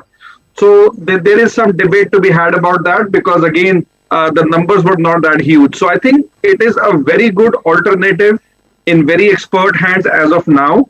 We need to give it 3 to 5 years more to mature, because, I am used to all these knives because I do ESDs. My IBD colleagues here don't even dilate, right? So it will take a while when this technique becomes more widespread, more widestream, and then the data will emerge. And that is what our goal is with the global IBD group, and now with ASG helping us to spread it out so that people can start doing these cases and see the results for themselves. Just very quick point here. If you think of balloon dilatation, this is what I tell my patients. I stretch a rubber band for 30 seconds and then let it go. At some point, the rubber band is going to go back. In stricturotomy, I'm not stretching the rubber band, I'm cutting that dead tissue out. So it's going to take much slower for the dead tissue to regrow back in. And the dead tissue will regrow back in, right? So because that site of anastomosis where the surgeon had done the anastomosis, you're going to have microscopic ischemia, you're going to have some inflammation. So that is why I favor stricturotomy slightly more than the balloon dilatation. I think, Ramesh, I'd like to make one comment here, that I think it's also important for reducing the recurrence as to how you are treating the patients with IBD, with how aggressive are you about treating with the drugs. I think that may also reduce the recurrence rate if you are going for a high-end treatment with biologics and immunosuppressant. That may reduce the recurrences. That's my feeling. I don't have hard data to present that. My first question about fibrostenotic versus inflammatory strictures. Is CT enterography, MR enterography good enough, accurate enough? How do you actually differentiate? Because you need to. You can't be going around dilating or cutting inflammatory strictures. Yeah. No, sorry, go ahead. Go ahead, Dr. Yeah, Dr. Kochhar. I think it's a difficult question. But then when you do the endoscopy, what my feeling is, and I would want experts to talk about it further, is that usually the inflammatory strictures, I don't find them to be very localized, whereas the fibrotic strictures are more commonly localized. So I think if the diffuse disease, it's more of an edema, inflammation rather than a fibrotic stricture. So I don't find a web-like pattern or a short stricture when it is because of the inflammation alone. I would want Dr. Kochhar or Dr. Ida to comment on it. Yes. So I think, no, that's an excellent point. And this is again going back to the points I was mentioning. So for the inflammatory stricture, the pathogenesis is acute inflammation. So we should not be seeing much of pre-stenotic dilatation from the stricture. That gives you a clue.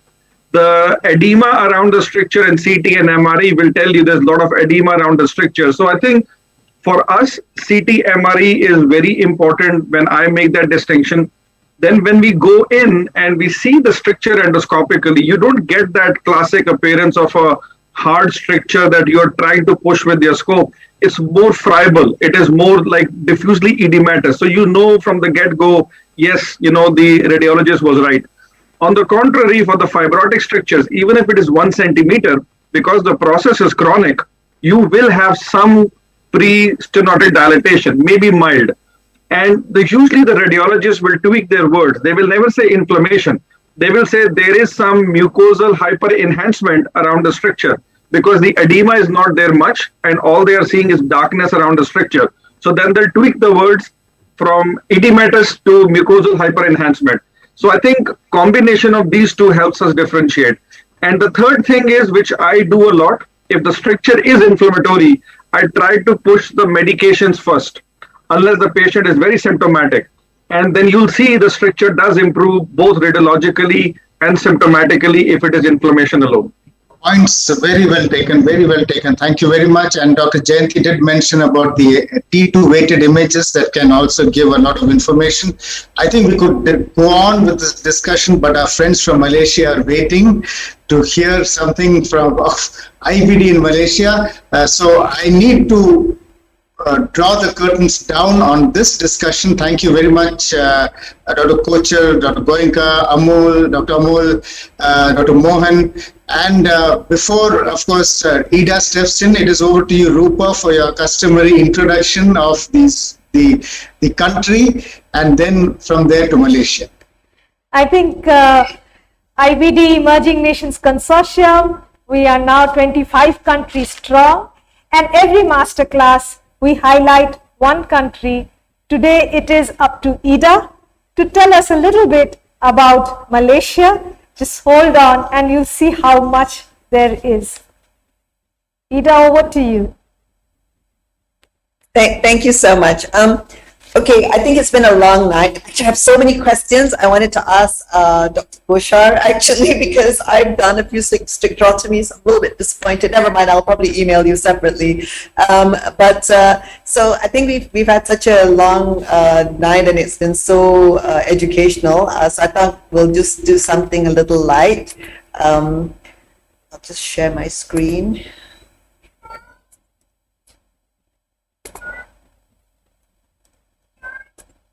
So, sorry. Can you see that? Yes, we can.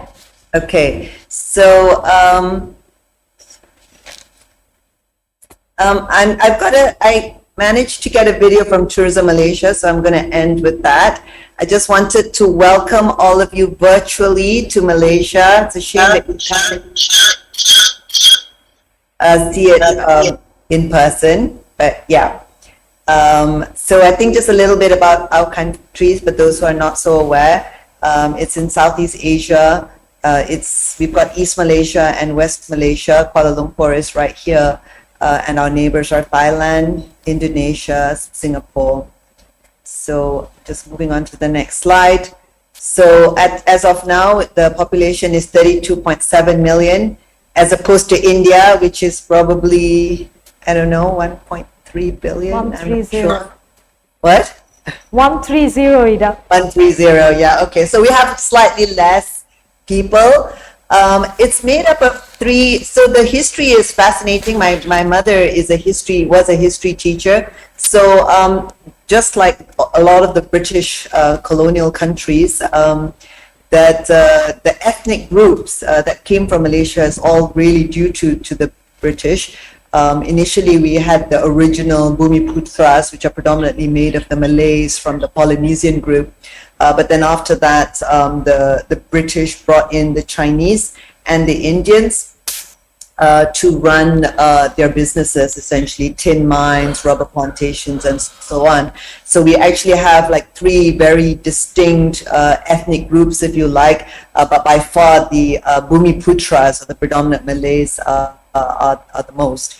So in terms of IBD, however, probably genetically though, it's very, very clear. This has been shown in many studies, including in Singapore as well, that among the three races, the highest is among the Indian ethnic group. And I guess this is not a surprise to all of you, because you obviously see a lot more IBD, than perhaps some other Asian countries.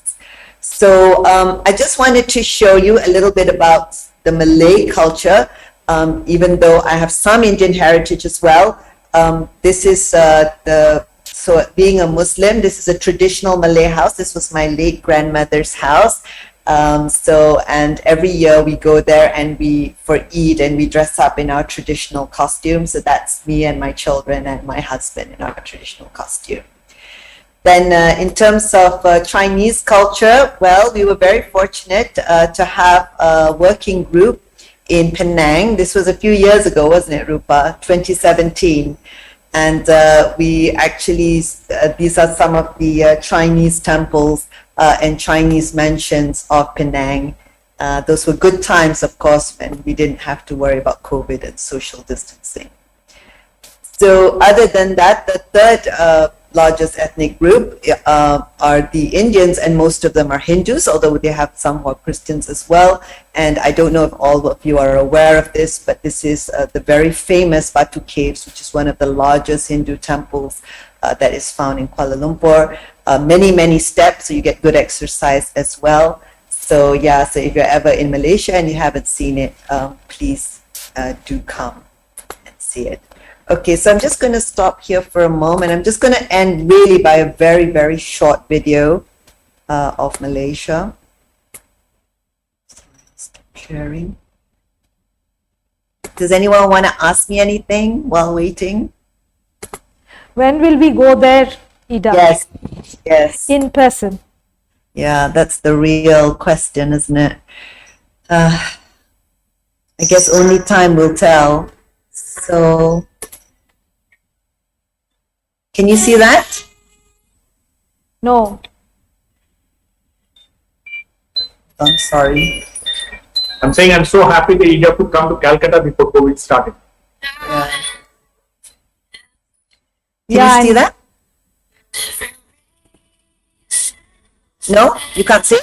You have to share. Only hear the screen, sound. Okay, sorry, apologize. Okay. Can see it now? Yeah. Sorry about that, I apologize. Let's start again. So YouTube.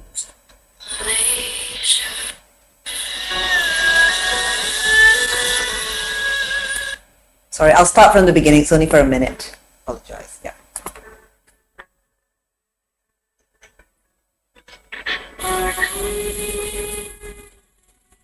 So this is for the East Malaysia mainly, yeah? In Borneo.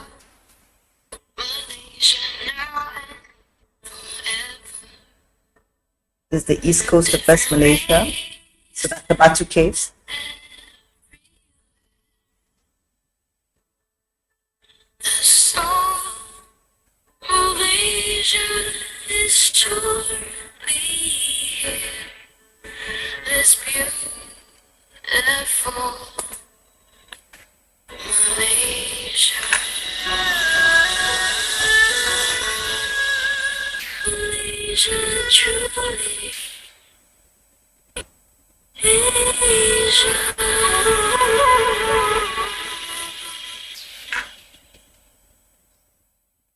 Okay, I think, yeah. Just a quick snippet. It's a long day. Thank you, Ida. We'll all at least, we have something to wish for now at the end of this meeting. It's over to Dr. Jayanthi for the closing remarks. You're going to tell something about the next meeting or this week? Yeah. Any information on the next meeting? Yes. We'll just have the slide on.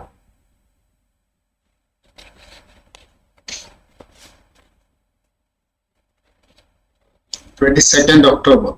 Okay. So the next meeting is for the 22nd of October 2021. Okay. Thank you, Rupa. And good evening to one and all. I have a very pleasant duty to perform, and that is to propose a vote of thanks. On behalf of our course director, Dr. Rupa, and my co-chair, Dr.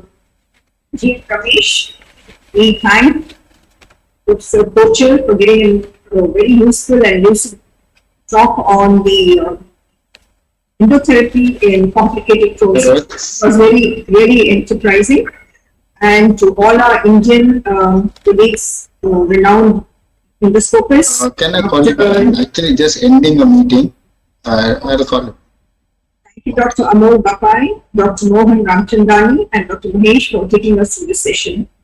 Thank you everyone for joining, and thank you, Dr. Ida, for the wonderful video that you presented. I've seen some of the places and I visited tonight. Thank you. Thank you. And good night, Joe. Before we end, last but not the least, I must take this opportunity to thank our sponsors and our academic partners for this meeting. And they are J&J, Janssen, Dr. Reddy Labs, Micro Labs, and Takeda. Thank you very much for making this academic meeting happen. And see you all next month for the next masterclass at IBDENC. In the meantime, do visit our website, become members, www.ibdenc.org. It's a platform for collaboration across countries and learning from each other. Thank you and good night, everybody. Thank you. Thank you, Rupa. Good night. Thank you for the invitation.